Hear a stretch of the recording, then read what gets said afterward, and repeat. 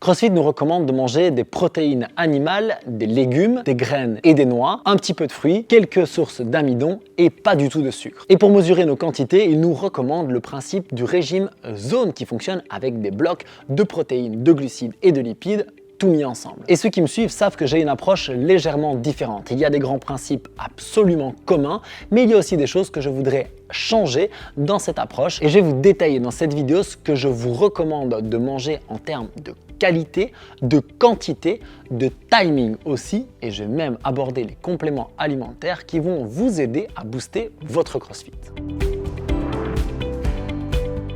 Si vous me découvrez avec cette vidéo, je suis Jack, je suis coach personnel depuis 2010, passionné et spécialisé dans l'alimentation anti-inflammatoire depuis plusieurs années.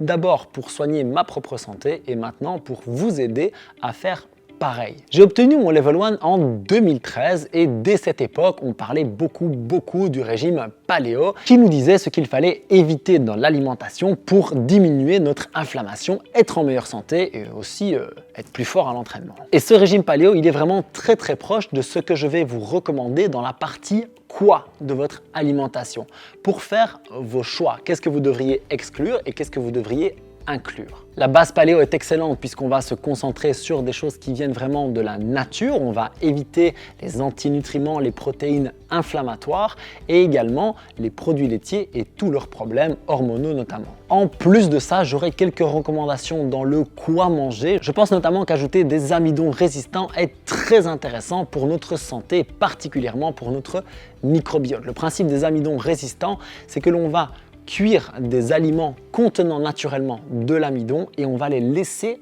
refroidir avant de les manger. Mes sources favorites sont le riz basmati, attention, qui est très riche en glucides, les patates douces qui sont encore meilleures en goût parce qu'elles sont plus sucrées, mais aussi parce qu'elles vont nous amener plus de micronutriments et d'autres tubercules comme les panais, les racines de persil, etc. Tous ces aliments-là, je vous recommande de les consommer tout au long de l'année et idéalement en pré-entraînement. Et ça, j'en parlerai en détail dans la partie quand de cette vidéo. Une dernière chose, et Julien Vénesson en parlait dans son livre Paléo Nutrition, mais je trouve que c'est trop peu souvent abordé.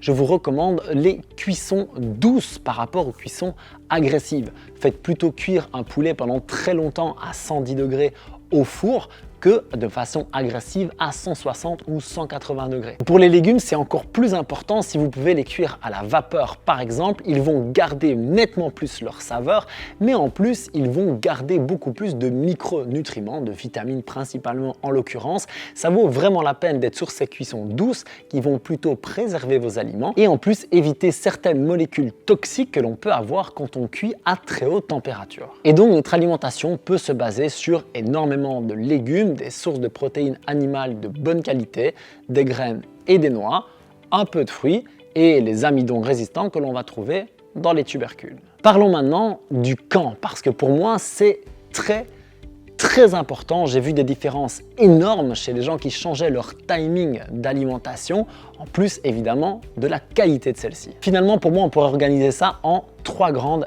catégories. Lorsque je veux de l'énergie diffuse et de la concentration, je vais plutôt manger des légumes faciles à digérer et des bonnes graisses. Une petite parenthèse sur ce point, vous pourrez vous rendre compte que le jeûne va encore plus augmenter votre capacité énergétique et votre capacité à vous concentrer. Et si vous ajoutez un petit peu d'huile de coco, par exemple, dans votre café ou dans votre thé, vous allez encore augmenter ça grâce aux triglycérides à chaîne moyenne dont votre cerveau va pouvoir très facilement se nourrir et du coup booster votre focus. On a parlé des graisses et entre parenthèses des légumes et maintenant place au sucre, aux glucides qui eux sont vraiment très intéressants pour un boost énergétique intense et donc moi je pense pour l'activité physique. Ça veut dire qu'en pré-workout et en intra-workout, il est vraiment intéressant de prendre des sources de glucides pour dynamiser notre entraînement et également favoriser notre récupération. J'ai fait une vidéo où je vais absolument dans le détail sur le quand, le quoi,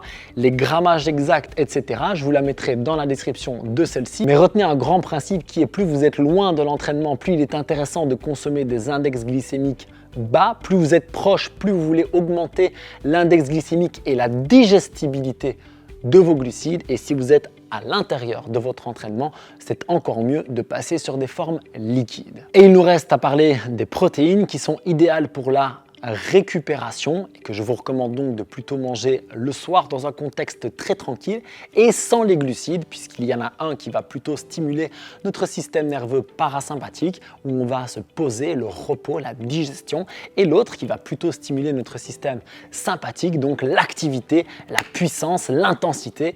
Les deux ne vont pas très bien ensemble. Et donc pour bien récupérer, je vous conseille plutôt vos protéines avec des légumes faciles à digérer et un peu de bonne graisse pour absorber les vitamines et aussi parce que ça donne un peu de goût et qu'on a besoin pour certaines fonctions métaboliques utiles. Une petite note en plus sur la caféine, il y a deux choses que je voudrais dire à ce sujet, même si j'en ai parlé en long et en large dans d'autres vidéos. C'est que 1, la caféine est un excellent booster de concentration et d'intensité à l'entraînement à condition d'être pris en petite quantité et avec parcimonie. Ça veut dire que si vous êtes habitué à prendre 6 tasses de café sur la journée, finalement chaque tasse va vous faire très peu d'effet. Alors que si vous en prenez seulement de temps en temps, là votre corps va nettement plus réagir à son effet. La deuxième chose, c'est que je vous recommande de laisser passer au moins 1 heure après votre réveil pour voir si vous parvenez à vous éveiller, à vous sentir bien grâce au mouvement, à la lumière, à l'hydratation et aussi au projet personnel avant de consommer votre caféine, parce que peut-être que vous pourrez avoir toute cette énergie disponible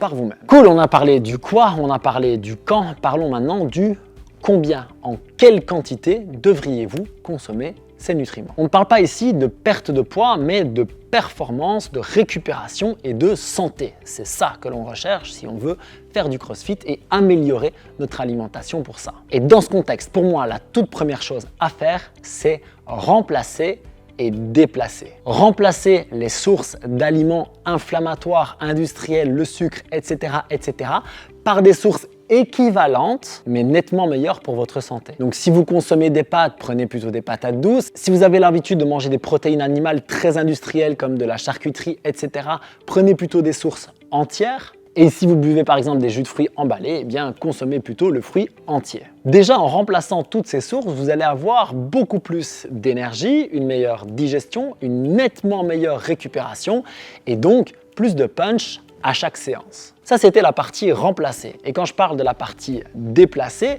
là, en fait, l'idée, c'est de suivre la recommandation que je vous ai donnée dans la partie quand et de mettre vos nutriments à ces endroits-là. Je répète très rapidement, les graisses en journée avec des légumes faciles à digérer, les sucres juste avant et pendant l'entraînement et les protéines le soir pour bien récupérer. Donc, dans un premier temps, on ne change pas les quantités, mais on va observer comment on réagit et voir si on doit le faire en fonction de 4 grandes mesures. La première mesure, c'est ma capacité à avoir de l'énergie diffuse et une bonne concentration quand j'en ai besoin. La deuxième, c'est de pouvoir mettre un coup de punch à l'entraînement. La troisième, c'est la façon dont je digère, est-ce que j'ai des symptômes digestifs ou non. Et la dernière, c'est est-ce que j'ai un bon sommeil, est-ce que je récupère bien. Je prends donc ces 4 grands facteurs, énergie diffuse, punch à l'entraînement, digestion, sommeil, récupération, et je vois s'ils fonctionnent tous bien. S'il y en a un ou plusieurs d'entre eux qui foirent, je vais ajuster mes quantités. Et sans vous faire tout le détail, il y a quand même 2 choses sur lesquelles je voudrais attirer votre attention. C'est que vous devriez avoir suffisamment de glucides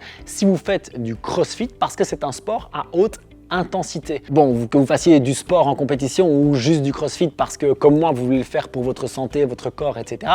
C'est la même chose. C'est de la haute intensité, ça se nourrit avec les glucides et donc il est quasi certain que si vous prenez juste une pomme avant d'aller tabasser un WOD d'1 heure, ça va pas le faire. Et la deuxième chose, c'est que vous devriez consommer suffisamment de protéines et je vais aller plus loin que consommer, vous devriez digérer suffisamment de protéines. Pour ma part, je ne mange des protéines que le soir depuis presque 3 ans maintenant et je n'ai jamais été autant en forme, je n'ai jamais aussi bien récupéré.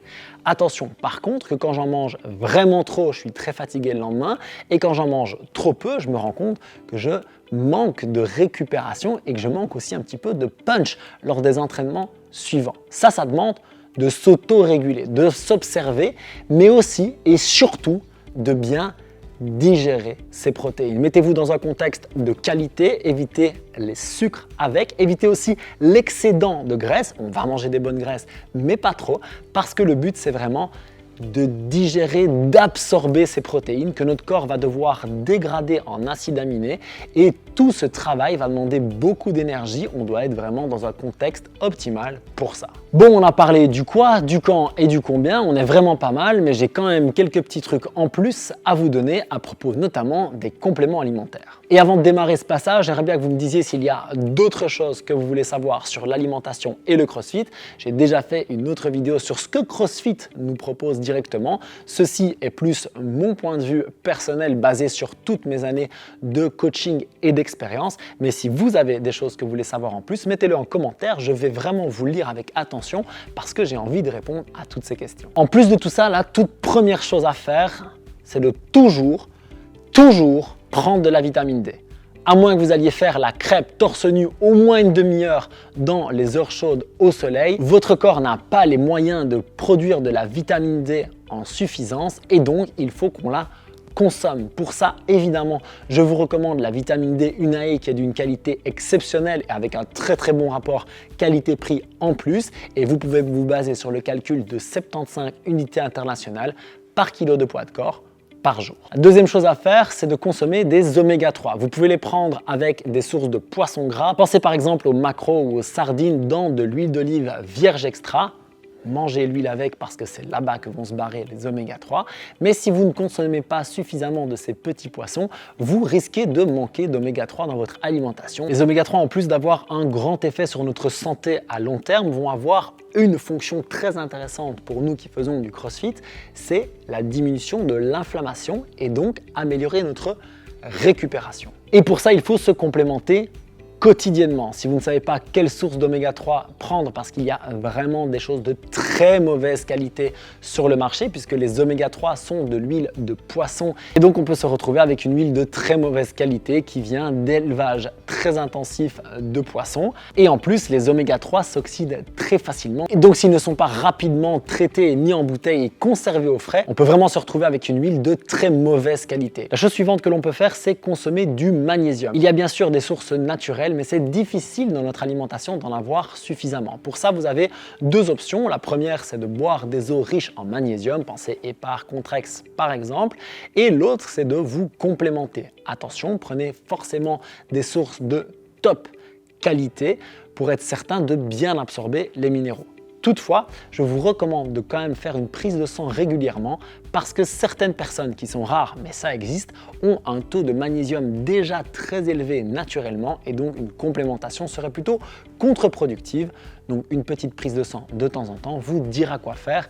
Mais si vous faites partie de la grosse majorité de la population, une complémentation en magnésium a beaucoup de sens pour votre récupération, pour diminuer les crampes et pour votre santé musculaire. Pour terminer, il faut parler de la créatine et de la caféine qui sont deux très bons compléments alimentaires et très safe si l'on les consomme intelligemment. La créatine monohydrate va nous permettre de répéter des efforts à haute intensité à l'entraînement. Et s'il y a bien quelque chose que l'on fait en CrossFit, c'est répéter des efforts à très haute intensité.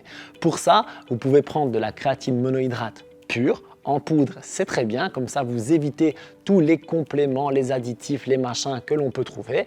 Prenez celle-là parce que c'est la plus recherchée scientifiquement, elle est absolument inoffensive si vous prenez la dose de 5 grammes par jour. Énormément d'entre nous vont avoir des bons résultats sur leur résistance dans le travail de force. Et comme je le disais, dans les efforts extrêmement courts, c'est particulièrement important si vous consommez très peu de viande rouge et vous pouvez soit prendre 5 grammes sur votre repas du soir, soit étaler ça sur tous vos repas de la journée. Et pour terminer avec la caféine, que personnellement j'adore trouver dans le café parce que je trouve ça extrêmement bon, j'en ai parlé, faites-le avec parcimonie et le plus loin possible de votre sommeil. Je pense que si vous entraînez quotidiennement à 18, 19, 20 heures, etc., vous devriez plutôt éviter la caféine en pré-workout parce qu'elle va, oui, booster votre entraînement, mais aussi perturber votre sommeil. Par contre, si vous entraînez le matin ou sur le temps de midi, ça peut avoir beaucoup de sens pour avoir un gros boost énergétique, une meilleure concentration et donc aussi un meilleur entraînement et ça vous permettra d'avoir suffisamment d'heures pour l'éliminer de votre système et quand même avoir un bon sommeil parce que s'il y a bien une chose que l'on doit privilégier quand on fait du CrossFit et tout autre sport d'ailleurs,